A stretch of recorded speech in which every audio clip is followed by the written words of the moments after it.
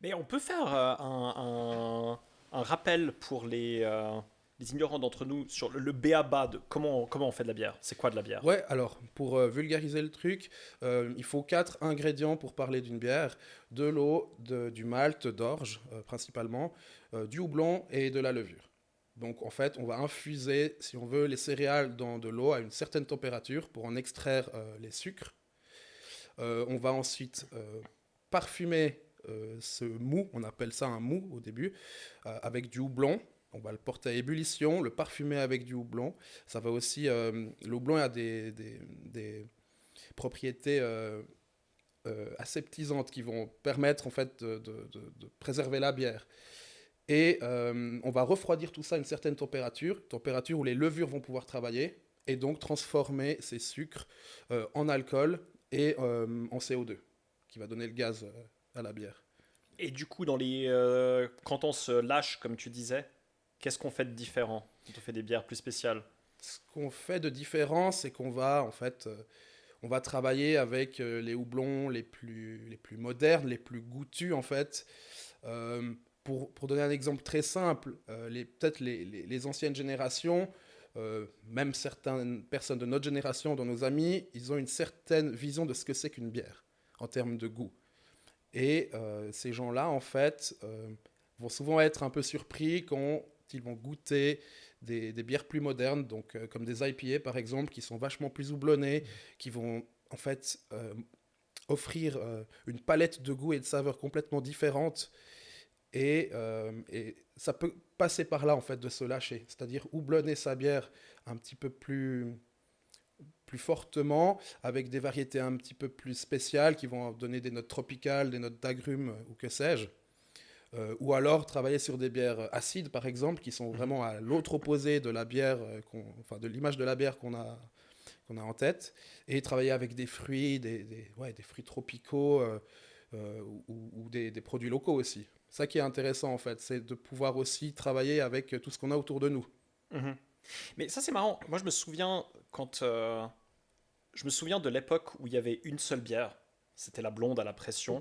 Ensuite, il y a eu la période où il y en avait deux, parce qu'il y avait la blonde et la blanche. Puis ensuite, ça s'est explosé. Là, ça a explosé. Là, il y a eu l'IPA. Maintenant, il y a les bières acides. Qu'est-ce qui fait qu'on n'avait pas ces parfums avant et qu'on les a maintenant? Est-ce on n'était pas curieux, on n'était pas intéressé, ou est-ce que c'est juste des modes? Je pense qu'il y a une part de mode, comme tu dis, mais il y a aussi le marché en fait.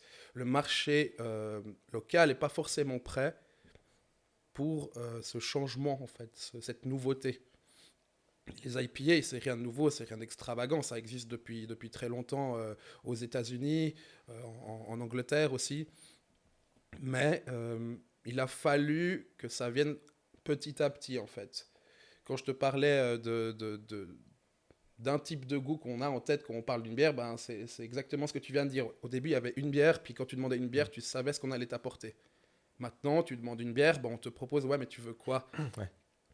Et je pense que encore aujourd'hui, il y a certains établissements qui sont un petit peu frileux à l'idée de trop bousculer leurs clients et d'intégrer une bière qui va trop s'éloigner des standards qui ont été mis en place par les grands groupes Mhm. brassicoles, quoi.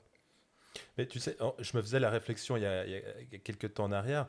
Euh, Au début de ma vingtaine, on avait commencé à aller beaucoup au Brasseur. Ça avait ouvert à Lausanne. Mhm. Et c'était un peu c'est le début d'une phase où où on allait en ville, on allait en soirée, on buvait de la bière. Enfin, on allait dans un endroit qui ne servait a priori quasiment que ça, à part les soft drinks.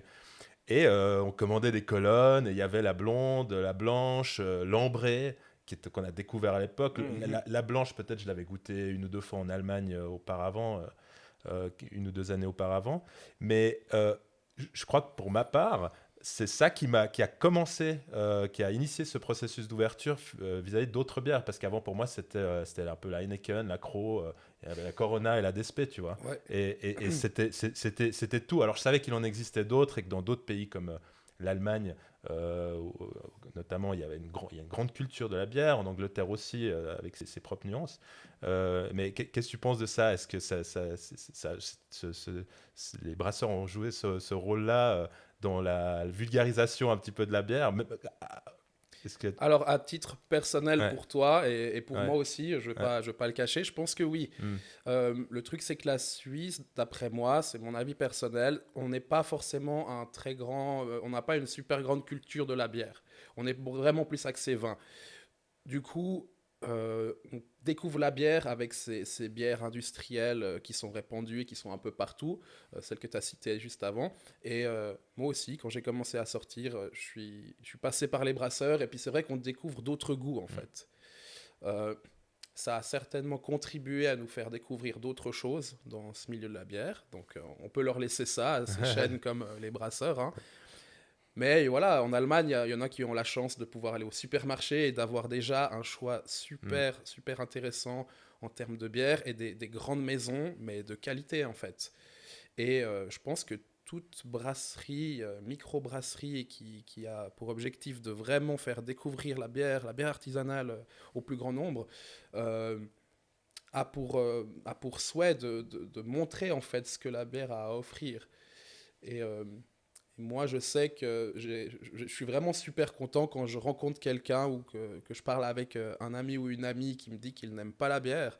J'ai pour objectif de lui en trouver une qu'il va ou qu'elle va aimer. Mhm. Et honnêtement, la plupart du temps, c'est bingo, on y arrive.